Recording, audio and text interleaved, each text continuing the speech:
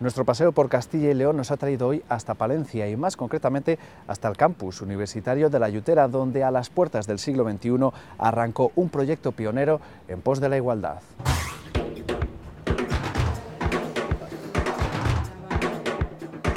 Aquí se puso en marcha la primera cátedra de género del país, con unos estudios formativos específicos que ha desarrollado numerosas iniciativas en torno a este campo para avanzar en la igualdad efectiva entre hombres y mujeres.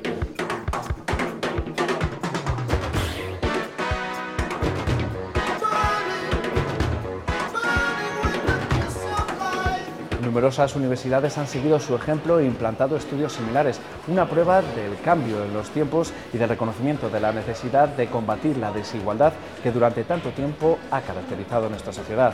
Hoy les presentamos la Cátedra de Género de la Universidad de Valladolid.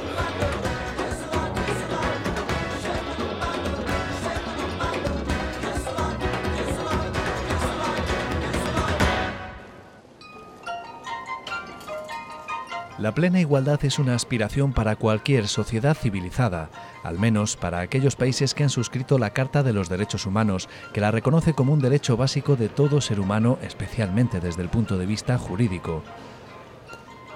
En nuestro país, además, la Constitución garantiza la igualdad ante la ley sin que pueda prevalecer discriminación alguna por razón de nacimiento, raza, sexo, religión, opinión o cualquier otra circunstancia personal o social. Pero en la calle no se percibe esta igualdad que diferentes colectivos reclaman, especialmente desde el feminismo. Las desigualdades de género son hoy cada vez más denunciadas y parece que gran parte de la sociedad comparte esta perspectiva. Sin embargo, antes de que se produjera esta toma de conciencia colectiva, algunos grupos ya trabajaban en el camino de la igualdad. Así ocurrió en el campus de La Yutera de Palencia, a través de la Cátedra de Estudios de Género, un centro de carácter interdisciplinar que nació al amparo de la Universidad de Valladolid en el año 2000, aunque sus orígenes son anteriores.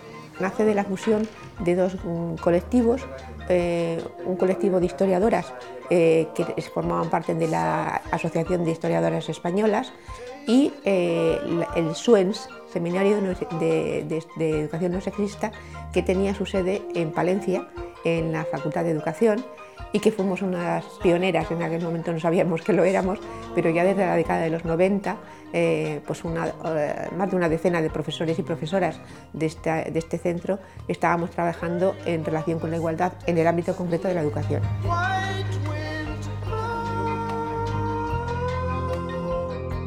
Nos fusionamos y decidimos que tenía que ser algo más interdisciplinar y más grande y que debería de incorporar a todas las áreas posibles, y en el año 2000 se creó la cátedra, se aprobó en el Consejo de Gobierno de la Universidad la Cátedra de Estudios de Género y ahora mismo somos cerca de 50 profesores y profesoras.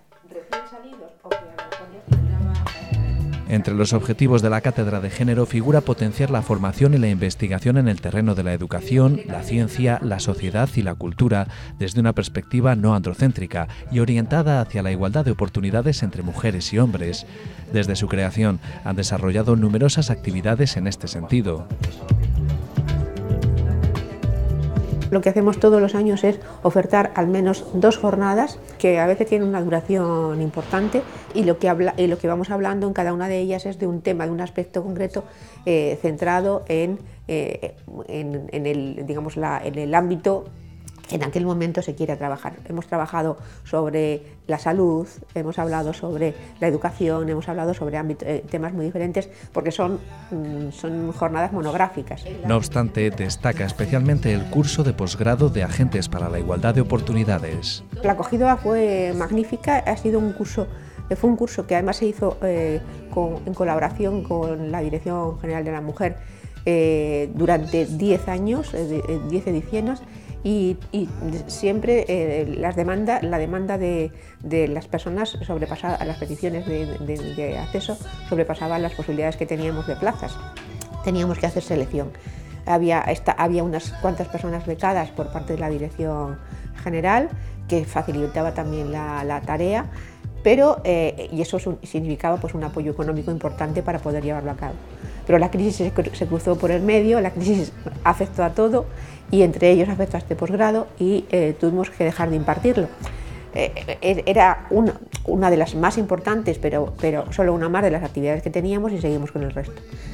Y bueno, pues así hemos estado hasta el año pasado, que nos replanteamos ya que teníamos que recuperar los estudios de posgrado en igualdad en la universidad a través de la cátedra.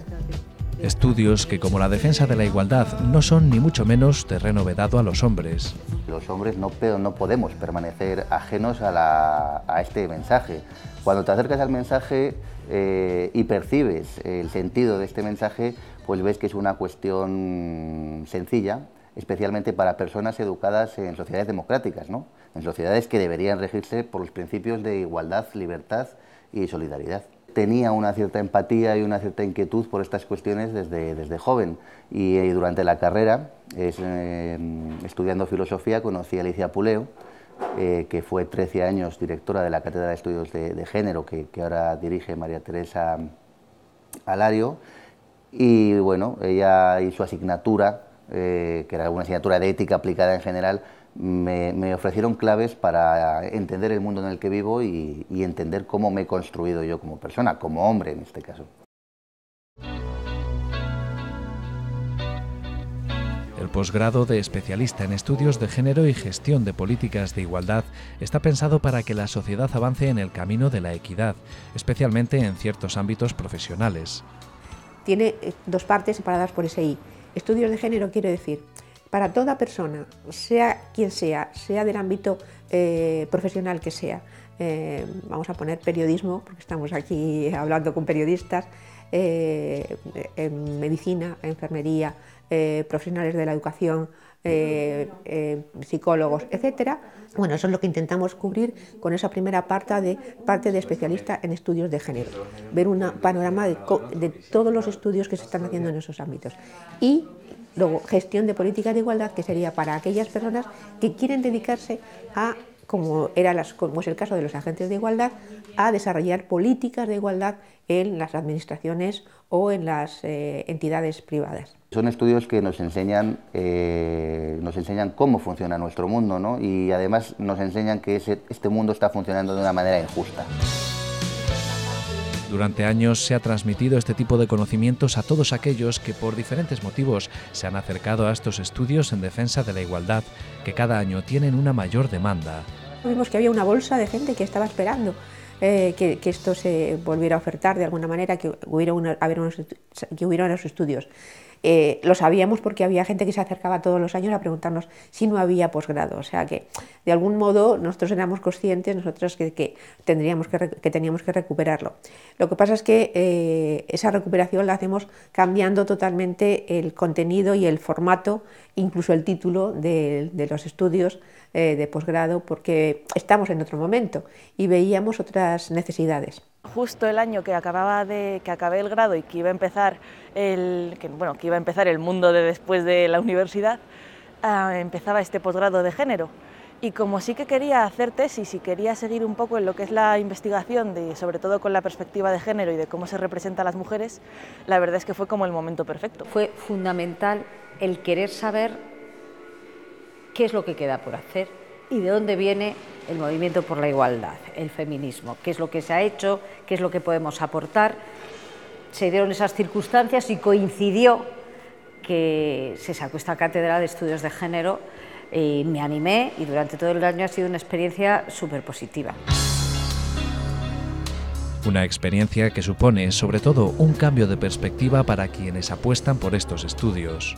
Cuando un hombre o incluso una mujer conoce la teoría de género, lo primero que entra es en crisis existencial, es decir, empieza a plantearse todo lo que hace, desde la forma en que se viste hasta el momento que se viste, porque todo es fruto de una cultura androcéntrica. El machismo y la discriminación de género es algo tan intrínseco que muchas veces ni siquiera nos damos cuenta y lo hacemos un poco de manera inconsciente.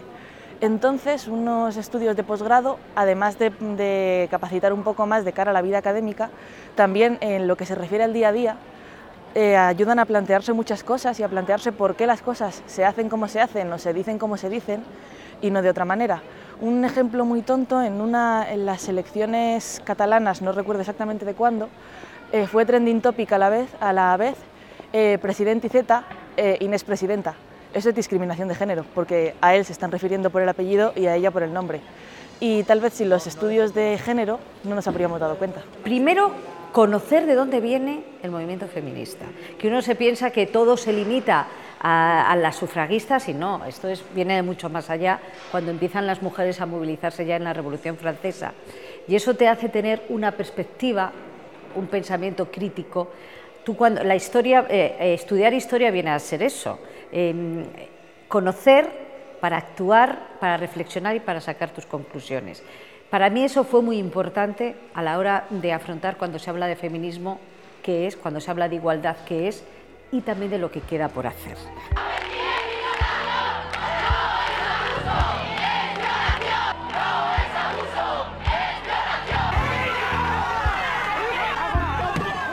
En una sociedad en la que todavía prevalecen actitudes y comportamientos machistas que en ocasiones acaban de forma dramática, propuestas en defensa de la igualdad como la Cátedra de Estudios de Género se enfrentan a menudo a una considerable oposición, incluso dentro del mundo académico. Ahora mismo todavía somos más conscientes de que hay una cierta resistencia, que yo creo, y lo digo sin miedo, porque la vida es así, que se va a poner peor, o sea que la situación se va a complicar. Pero la verdad, digo porque se está haciendo manifestaciones explícitas cuando antes eran mucho más soterradas, ¿no?, sobre el tema. Es decir, la propia universidad hubo un momento cuando nosotros presentamos la propuesta de creación de la cátedra y hubo docentes que dijeron, pero ¿para qué se necesita esto? Si el género, confundían el género en el sentido de género, de identidad de género, con el género gramatical, claro. Entonces, bueno, muchas veces es desde el desconocimiento, desde la propia ignorancia, porque aunque seamos académicos no lo sabemos todo. Sabemos algunas cosas, muy poquitas, y de nuestro área solamente. La teoría de género, la teoría feminista, encuentra resistencia también en el mundo académico. A día de hoy en España se está luchando porque los estudios de género se reconozcan como un área de conocimiento, cuando en el resto de países occidentales pues los estudios de género son ya un área reconocida de conocimiento. Claro, el paso de la teoría, existe una conciencia social clara de que la desigualdad, de que existe desigualdad, de que hay que acabar con la violencia hacia las mujeres, de que hay que acabar con la violencia sexual hacia las mujeres, de que la igualdad es positiva, pero como señalaba antes, es un mensaje todavía superficial. O sea, necesitamos madurar socialmente en prácticas realmente igualitarias. Con el cambio hacia la igualdad ganan todas las personas, porque todas las personas tienen los mismos derechos, las mismas oportunidades de expresar sus deseos, y además en una relación equivalente, en la que una persona y otra tienen el mismo poder. No obstante, fuera del ámbito universitario, la resistencia al cambio es aún más dura. Todas las mujeres que al final nos hemos planteado por qué las cosas se hacen de una manera o de otra y las intentamos hacer de otra, vamos a percibir este tipo de actitudes, y desde el momento en que se oye la palabra feminazi es que todavía queda mucho por hacer. Nos cuestionan permanentemente el hecho de que las relaciones sexuales consentidas o no consentidas, que la mujer se aprovecha, y la violencia de género existe y es un problema real y existe entre adolescentes y cada vez va a más, y las jóvenes cada vez son más vigiladas por sus amigos, entre comillas, a través de las redes sociales, y eso es una realidad, Y la música, como el reggaetón, por ejemplo, que está tan de moda, tampoco contribuye a la igualdad entre hombres y mujeres. Desde hace años hay numerosas teóricas trabajando en la cuestión de la involución, o sea, que entienden que hay una involución en el camino hacia la igualdad. Esta involución, por ejemplo, Natasha Walter, una antropóloga norteamericana, señala que está relacionada con la sexualización de las mujeres y con la creencia en los hombres de que son los amos sexuales de las mujeres, de que tienen derecho a satisfacer todos sus deseos, precisamente como contrapartida de la sexualización de las mujeres. Una sexualización hipersexualización que se realiza desde que son pequeñas, ¿no? Antes, cuando tú y yo nacimos, nos vestíamos de blanco los bebés chicos y los bebés chicas. Ahora el rosa y el azul, los juguetes relacionados con el cuidado y la crianza y la construcción estética de sí mismas para las mujeres, para los chicos todos los demás juguetes. ¿no? Y los juguetes, estos juguetes, ¿no? las Nancy's, las Barbies y tal, están sexualizados, están hipersexualizadas ya desde su comienzo. Y luego está, bueno, pues el auge de los movimientos políticos extremistas, ¿no? Sientes como mucha impotencia cuando te dicen ya estáis otra vez las radicales, las feminazis, y cuando ya tienes unos estudios de género, sabes de dónde viene cada teoría, que dentro del feminismo hay varias corrientes, y que al final lo bueno es el debate y no es hacer razón de ya estáis las de siempre exageradas, pues sí que da como muchos argumentos, porque ves que no es una moda, no es una tendencia de ahora, sino que esto tiene peso, tiene historia y tiene sus motivos.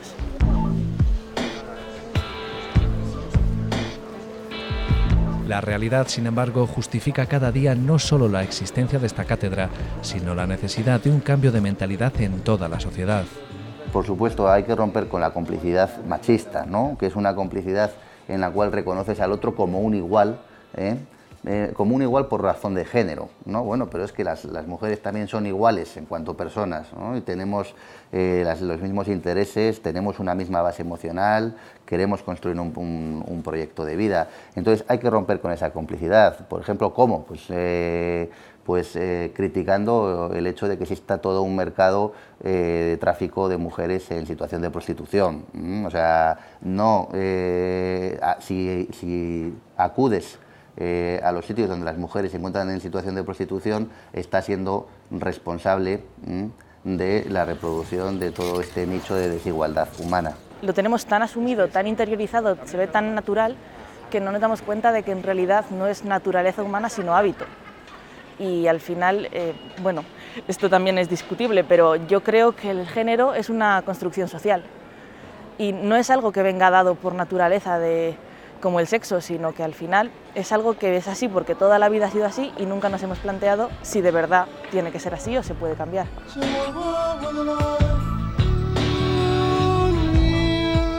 Para conseguir este cambio, desde la Cátedra de Género apuntan a un elemento clave, la educación, con una especial atención a una utilización más igualitaria del lenguaje. La educación en todos sus niveles. Lógicamente, nosotros como formadores de formadores, en el caso de educación, o como formadores de profesionales, en el caso del resto de facultades, tenemos la obligación de afrontar ese tema. Y eso se consigue con políticas efectivas, con políticas efectivas y con políticas de educación, porque el comienzo está en la educación. El comienzo está en que niños y niñas perciban que tienen las mismas posibilidades de vestir como quieran, de jugar a lo que quieran, de construir el proyecto que quieran desde su infancia. La discriminación está en las raíces de la sociedad. Algo radical es algo que cambia las raíces. Deberíamos plantearnos por qué hacemos todo como lo hacemos, intentar cambiarlo desde lo más básico, desde el principio, en la manera de educar a los niños. Por ejemplo, con el tema de los niños, yo creo que ahí está la esperanza, ¿no? En poder educar a alguien que viene sin prejuicios que tenemos, el resto sí que tenemos, de una manera en que vea que los hombres y las mujeres son iguales en todos los aspectos aplicables a la vida. Las palabras hay que medirlas, somos lo que decimos, el lenguaje nos define, nos hace como personas y nos hace como pueblo. Y como culturalmente somos nuestro lenguaje también. Es verdad que en muchas ocasiones utilizamos palabras que si tienen su equivalencia en femenino, ¿por qué no vamos, si el aforo es mayoritariamente femenino, ¿por qué no decir mujeres?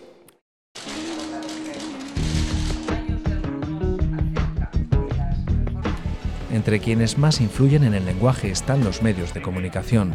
Transmisores de noticias y creadores de opinión, los periodistas tienen una gran responsabilidad a la hora de adaptar el lenguaje a la realidad actual y sobre todo cuando abordan informaciones delicadas como las relacionadas con la violencia de género.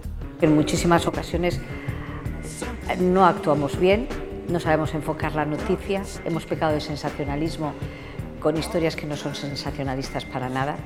Nos comentaban, y tienen razón, esta manera de colocar cuando hay un caso de violencia de género en el apartado de los sucesos. No es un suceso, es un problema social y como tal hay que afrontarlo. ¿Qué aporta? Dar datos de la víctima. No aporta nada, es que no aporta nada.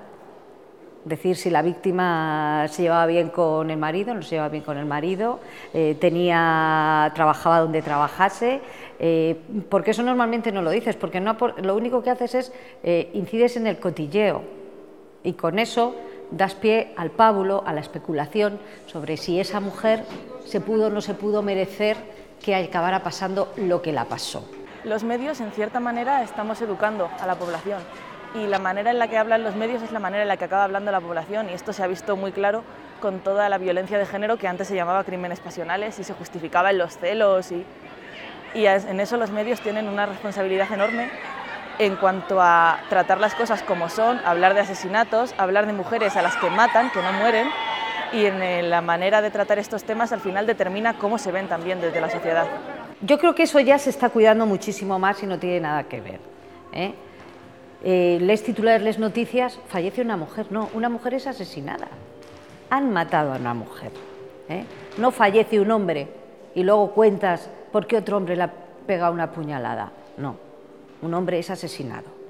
Y en la violencia de género, muy pocas veces, ahora sí, hemos dicho, una mujer es asesinada por su pareja o por su expareja. Es también un poco el deber ético que tenemos, tanto hombres como mujeres, de luchar por esta igualdad. Los periodistas tratando los temas como se tienen que tratar, refiriéndose a hombres y mujeres o por el nombre o por el apellido y no intercalándolo con ese sesgo que tenemos de las mujeres con el nombre, los hombres con el apellido. También desde el ámbito académico investigando este tipo de cosas y haciéndolas cercanas a la gente, que no se queden las tesis en las bibliotecas para otros doctorandos, sino que lleguen a la calle y la gente de verdad sepa por qué la imagen de la mujer ahora es como es y no de otra manera. Creo que todos podemos hacer mucho al respecto y que deberíamos hacerlo. Todos tenemos los mismos derechos, mujeres y hombres, y no tiene por qué haber desigualdades. Tenemos que equipararnos un poco, si estamos aquí es por algo. Que haya un reparto equitativo y igualitario tanto en las tareas del hogar como que haya igualdad de acceso al trabajo y a todas las cosas. Todavía queda mucho por hacer.